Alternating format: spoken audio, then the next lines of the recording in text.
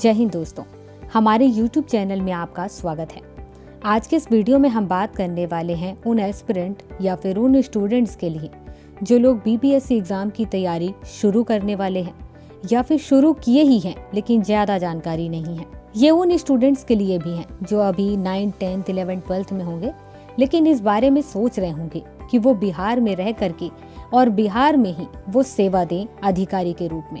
कई सारे स्टूडेंट ऐसे होते हैं जब उनके मन में सवाल आता है कि मुझे डिप्टी कलेक्टर बनना है, DSP बनना है, तहसीलदार बनना है, तो फिर मैं कौन सा एग्ज़ाम दूंगा या दूंगी, मुझे कैसे तैयारी करनी है, इसमें योग्यता क्या चाहिए। तो चलिए आज के इस वीडियो में आपको लगभग सभी छोटी छोटी जानकारी आज के इस वीडियो में दूंगी ताकि आपके पास सभी तरीके की जानकारी हो और सभी चीज़ों को जांचते परखते हुए उसके बाद आप इस एग्ज़ाम की तैयारी स्टार्ट करें। अब आपने सोच लिया कि आपको डिप्टी कलेक्टर बनना है या DSP या तहसीलदार बनना है, तो अब आपके मन में सवाल होना चाहिए कि आपको कौन सा एग्जाम देना होगा। इसके लिए आपको क्या करना है कि BPSC के द्वारा स्टेट सर्विस एग्जाम कराया जाता है, उस एग्जाम को देना होगा और उसके बाद ही आप डिप्टी कलेक्टर या दूसरे अधिकारी बन पाएंगे। अब यहाँ पर यह भी सवाल होना चाहिए कि आखिर BPSC क्या है, इसका फुल फॉर्म क्या है। तो आपको बताना चाहूंगी कि BPSC का फुल फॉर्म होता है Bihar public service commission. Hindi में इसे बिहार लोक सेवा आयोग कहेंगे। यहाँ पर बताना चाहूंगी कि जिस तरीके से मैं अभी बिहार के बारे में बता रही हूँ वैसे ही हर अलग अलग राज्यों के लिए अपना अपना PSC है, मतलब कि पब्लिक सर्विस कमीशन है और उसके नाम के सामने उस राज्य का नाम हो जाता है। तो इसलिए आपको जिस भी स्टेट में डिप्टी कलेक्टर या DSP जैसी पोस्ट चाहिए तो वहाँ के PSC एग्जाम के द्वारा स्टेट सर्विस एग्जाम कराया जाएगा और उस एग्जाम को आपको देना होगा, उसके बाद आपको यह पोस्ट दी जाएगी। अब इसके बाद सवाल होता है कि आखिर आपको कैसे पता चलेगा कि BPSC के द्वारा स्टेट सर्विस एग्जाम का नोटिफिकेशन निकाला गया है। इसके लिए आपको ज्यादा कुछ नहीं करना है, आपको डायरेक्ट BPSC की वेबसाइट पर चले जाना है, वहाँ के नोटिफिकेशन को चेक करते रहना है। आप डेली बेस पर चेक करते रहें, जब भी नोटिफिकेशन आएगा आपको पता चल जाएगा। अगर आपको ऐसा नहीं करना है तो आप क्या करें कि सरकारी रिजल्ट की वेबसाइट पर जाएं, वहाँ पर अलग अलग एग्जाम से रिलेटेड सभी जानकारी दी जाती है, मतलब कि नोटिफिकेशन कब कहाँ कैसे आया हुआ है, सभी जानकारी आपको वहाँ से मिल जाएंगी। अब हम बात करते हैं कि इस एग्जाम के लिए आपके पास कितनी शैक्षिक योग्यता या एजुकेशन एलिजिबिलिटी होनी चाहिए। इस एग्जाम को देने के लिए आपके पास ग्रेजुएशन की डिग्री होनी चाहिए या ग्रेजुएशन के बराबर, मतलब कि कोई ऐसी डिग्री जिसकी वैल्यू ग्रेजुएशन डिग्री के बराबर हो, वो आपके पास होना चाहिए। अब हम बात करते हैं कि आखिर इस एग्जाम की एज लिमिट या उम्र सीमा क्या है। कहने का मतलब सिर्फ इतना है कि आपकी भी यहाँ पर एज देखी जाएगी। आपकी एज कितनी है ये बहुत मायने रखता है इस एग्जाम के लिए। यहाँ पर कम से कम आपकी उम्र 20 साल, 21 साल या 22 साल होनी चाहिए। अब यहाँ पर आपके मन में सवाल होगा कि आखिर ये अलग अलग क्यों लिखा है 20, 21 या 22। ये इसलिए लिखा हुआ है कि इसमें कई अलग अलग सर्विसेज हैं। कुछ सर्विस में 20 साल, कुछ सर्विस में 21 साल और कुछ सर्विस में 22 साल की उम्र ली गई है। इसका मतलब ये है कि इससे कम उम्र के जो कैंडिडेट हैं वो इस एग्जाम के लिए एलिजिबल नहीं है। अब हम बात करते हैं मैक्सिमम एज के बारे में, जो कि कैटेगरी वाइज अलग अलग है। सबसे पहले बात करते हैं जनरल वालों के लिए। तो जनरल में जो अधिकतम एज है या मैक्सिमम एज है वो 37 है। अब इसके बाद बात करें OBC वालों के लिए, तो OBC में जो मैक्सिमम एज है वो 40 ईयर है। अब हम इसके बाद बात करते हैं SC ST वालों के लिए। तो SC ST वालों के लिए जो मैक्सिमम एज है वो 42 है। इसके बाद नोटिफिकेशन में ये भी बता दिया जाता है कि कौन कौन सी सर्विस के लिए आपका जो उम्र है वो 20 साल होना चाहिए या 21 साल या 22 साल। ये आपको नोटिफिकेशन में चेक करना होगा। अब हम बात करते हैं रिजर्वेशन या आरक्षण के बारे में। आपको बताना चाहूंगी कि जब आप BPSC स्टेट सर्विस एग्जाम का फॉर्म फिल करेंगे तो वहाँ पर आरक्षण से रिलेटेड जानकारी भी देनी होती है। जैसे कि आप सभी को पता होना चाहिए कि लगभग हर राज्य यह व्यवस्था करती है कि वहाँ के निवासियों को ही आरक्षण संबंधी सुविधा दी जाए। तो बिहार में भी ऐसा ही रूल है। आरक्षण से रिलेटेड जो भी सुविधाएं हैं वो बिहार के निवासियों को मिलेगा, मतलब कि वहाँ के जो एस्पिरेंट्स हैं, वहाँ के रहने वाले हैं, वहाँ के निवासी हैं, उन्हीं को आरक्षण या रिजर्वेशन का लाभ मिलेगा। अब इसके बाद हम बात करते हैं कि जब आप इस एग्जाम को देने के लिए फॉर्म फिल कर रहे होंगे तो आपके पास कितना रुपए होना चाहिए। यहाँ पर आपको बताना चाहूंगी कि जनरली ये हर साल इतना ही रुपए लगता है, लेकिन अगर कोई चेंजेस होता है तो आपको नोटिफिकेशन के माध्यम से बता दिया जाता है। अब यहाँ पर देखें आप, तो जो लोग जनरल वाले हैं और जो दूसरे राज्यों से हैं, जब वो फॉर्म भरेंगे तो उनको 600 रुपए जमा करना होगा। जो लोग बिहार के रहने वाले हैं, SC ST हैं या फिर महिला हैं या फिर दिव्यांग है, तो उन लोगों के पास 150 रुपए होना चाहिए, उनको 150 रुपए जमा करना होगा। अब इसके बाद हम बात करते हैं, कुछ सर्विस ऐसे भी हैं जिनमें फिजिकल एबिलिटी की जरूरत होती है, मतलब कि शारीरिक क्षमता की जरूरत होती है।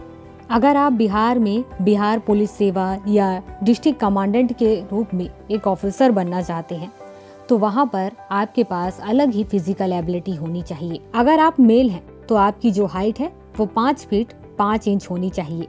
इसके बाद जो आपकी मिनिमम छाती की माप है बिना फुलाए हुए, वो 32 इंच होनी चाहिए। ये तो जनरल वालों के लिए था, लेकिन जो SC ST वाले लड़के होंगे या मेल होंगे, उनकी जो हाइट होनी चाहिए कम से कम 5 फीट 3 इंच होनी चाहिए और छाती की जो माप है वो बिना फुलाए हुए 31 इंच होनी चाहिए। अब हम बात करते हैं वुमेन्स के लिए, तो वुमेन की जो हाइट है वो 5 फीट 2 इंच होनी चाहिए और सीना की जो माप है वो इनमें चेक नहीं किया जाता है। अब हम बात करते हैं एग्जाम के बारे में, तो बिहार स्टेट सर्विस एग्जाम को क्लियर करने के लिए आपको 3 स्टेज से गुजरना होगा। सबसे पहला स्टेज है प्रीलिम्स, दूसरा स्टेज है मेंस एग्जाम और तीसरा है इंटरव्यू।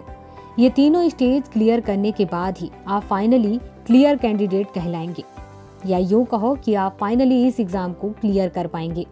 अब मैं बात करती हूँ सबसे पहले स्टेज प्रीलिम्स एग्जाम के बारे में।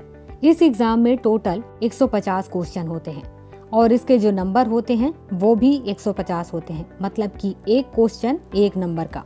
इस एग्जाम के टाइप्स के बारे में बात करें तो इसमें जो क्वेश्चंस पूछे जाते हैं वो ऑब्जेक्टिव टाइप के होते हैं। इसके साथ ही आपको पता होना चाहिए कि इस एग्जाम में निगेटिव मार्किंग नहीं है, मतलब कि अगर आप कोई क्वेश्चन गलत करते हैं तो आपका नंबर नहीं काटा जाएगा। इसके साथ ही यहाँ पर सिलेबस के बारे में भी बात कर लेते हैं। सिलेबस में देखा जाए तो आपसे जनरल साइंस के बारे में पूछा जाएगा, राष्ट्रीय और अंतर्राष्ट्रीय स्तर पर जो करंट अफेयर हैं उनके बारे में पूछा जाएगा, भारत का इतिहास भी पूछा जाएगा और इसके साथ ही बिहार का इतिहास भी पूछा जाएगा।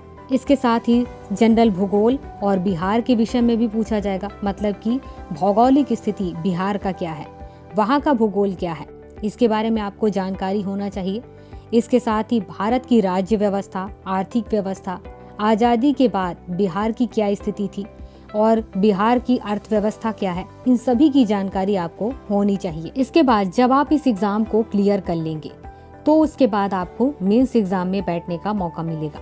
अब यहाँ पर आपको बताना चाहूंगी कि प्रीलिम्स में आप चाहे जितना भी नंबर लेकर के आए, इस एग्जाम का जो नंबर है वो मेंस एग्जाम और इंटरव्यू में नहीं जोड़ा जाता है। इसमें केवल पास होना होता है ताकि आप मेंस एग्जाम में बैठ सकें।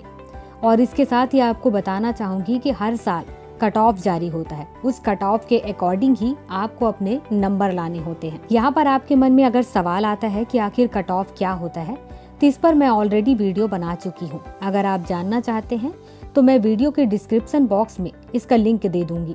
अब मैं बात करती हूँ मेंस एग्जाम के बारे में और उसके सिलेबस के बारे में। मेंस एग्जाम में 4 अलग अलग सब्जेक्ट होते हैं। सबसे पहला सब्जेक्ट होता है जनरल हिंदी, जो कि 100 नंबर का होता है। यहाँ पर आपको बताना चाहूंगी कि हिंदी में आप चाहे जितना भी नंबर लेके आए, लेकिन इसमें केवल पास होना होता है। इसके नंबर बाकी सब्जेक्ट में जो नंबर्स लाए होते हैं, मतलब कि मेंस एग्जाम के बाकी नंबर्स के साथ नहीं जोड़ा जाएगा। इसके बाद 2 पेपर होंगे जनरल स्टडीज के, जो कि 300 नंबर के होंगे। इसके बाद चौथा पेपर है ऑप्शनल सब्जेक्ट, ये भी 300 नंबर का होगा। यहाँ पर आपको बताना चाहूंगी कि जनरल स्टडीज फर्स्ट, सेकेंड और ऑप्शनल, ये तीनों ही सब्जेक्ट के नंबर जोड़े जाते हैं। अब यहाँ पर सिलेबस के बारे में आपको जानकारी देना चाहूंगी कि सामान्य हिंदी या जनरल हिंदी में क्या क्या आपसे पूछा जाएगा। इसमें निबंध पूछा जाएगा जो कि 30 नंबर का होगा, व्याकरण पूछा जाएगा जो कि 30 नंबर का होगा, फिर उसके बाद वाक्य विन्यास ये 25 नंबर का होगा और संक्षेपण जो कि 15 नंबर का होगा। इसके बाद बात करते हैं जनरल स्टडीज फर्स्ट पेपर और सेकेंड पेपर के बारे में। फर्स्ट पेपर में भारत का आधुनिक इतिहास और भारतीय संस्कृति के बारे में, राष्ट्रीय और अंतर्राष्ट्रीय महत्व का वर्तमान घटना चक्र, इसके बाद सांख्यिकी विश्लेषण, आरेखन और चित्रण पूछा जाएगा। इसके साथ ही जो दूसरा पेपर होगा जनरल स्टडीज का, उसमें भारतीय राज्य व्यवस्था, भारतीय अर्थव्यवस्था और भारत का भूगोल और भारत के विकास में विज्ञान और प्रौद्योगिकी की भूमिका और प्रभाव के बारे में पूछा जाएगा। इसके बाद चौथे पेपर ऑप्शनल सब्जेक्ट के बारे में बात करते हैं कि कौन कौन से सब्जेक्ट आप ऑप्शनल के रूप में ले सकते हैं। आपके पास 34 सब्जेक्ट होते हैं, उनमें से कोई भी एक सब्जेक्ट आप ऑप्शनल सब्जेक्ट के रूप में चुन सकते हैं। आपको ऑप्शनल सब्जेक्ट का जो लिस्ट है वो नोटिफिकेशन में मिल जाता है, तो आप देख सकते हैं, आप ऑनलाइन माध्यम से भी चेक कर सकते हैं। अब इसके बाद जब आप मेंस एग्जाम क्वालिफाई कर लेंगे तो फिर आपका होगा इंटरव्यू। इंटरव्यू 120 नंबर का होता है, लेकिन इसमें यह निश्चित नहीं है कि आपको कितने कम से कम नंबर लाने होंगे। इसके साथ ही आपको बताना चाहूंगी कि अगर आप इंटरव्यू में उपस्थित नहीं होते हो तो आपको असफल या फेल घोषित कर दिया जाएगा। मेंस और इंटरव्यू ये दोनों के नंबर मिला करके 1020 होता है। इनमें से आप जितना अच्छा नंबर ले करके आएंगे, आपको डिप्टी कलेक्टर, डीएसपी जैसी पोस्ट मिलने की संभावना उतनी अच्छी होती है। अब इसके बाद इंटरव्यू के बाद आपका होता है मेडिकल टेस्ट। मेडिकल टेस्ट इसलिए होता है कि आप जिस सर्विस में जाना चाहते हैं आप उसके लिए एलिजिबल हो या नहीं हो, ये चेक किया जाता है। जिस दिन आप इंटरव्यू देंगे उस दिन आपको पता चल जाएगा कि आपका मेडिकल टेस्ट कहाँ होने वाला है। इसके लिए आपको 16 रुपए जमा करना होता है। यहाँ पर ध्यान देने वाली बात है कि जब आप बीपीएससी एग्जाम में बैठेंगे तो यह जरूर चेक कर लें कि अगर आप किसी ऐसे एग्जाम में बैठे हैं जैसे कि यूपीएससी है, एसएससी है या फिर किसी भी स्टेट का पीएससी है, इस तरीके के जो एग्जाम है ये प्रतियोगिता एग्जाम है और जाने माने एग्जाम है। अगर इस एग्जाम में आप नकल करते पाए गए हैं या अनुशासनात्मक कार्यवाही चल रही है तो आपको इस एग्जाम में बैठने का मौका नहीं मिल पाएगा। अब इसके बाद बात करते हैं सर्विस के बारे में।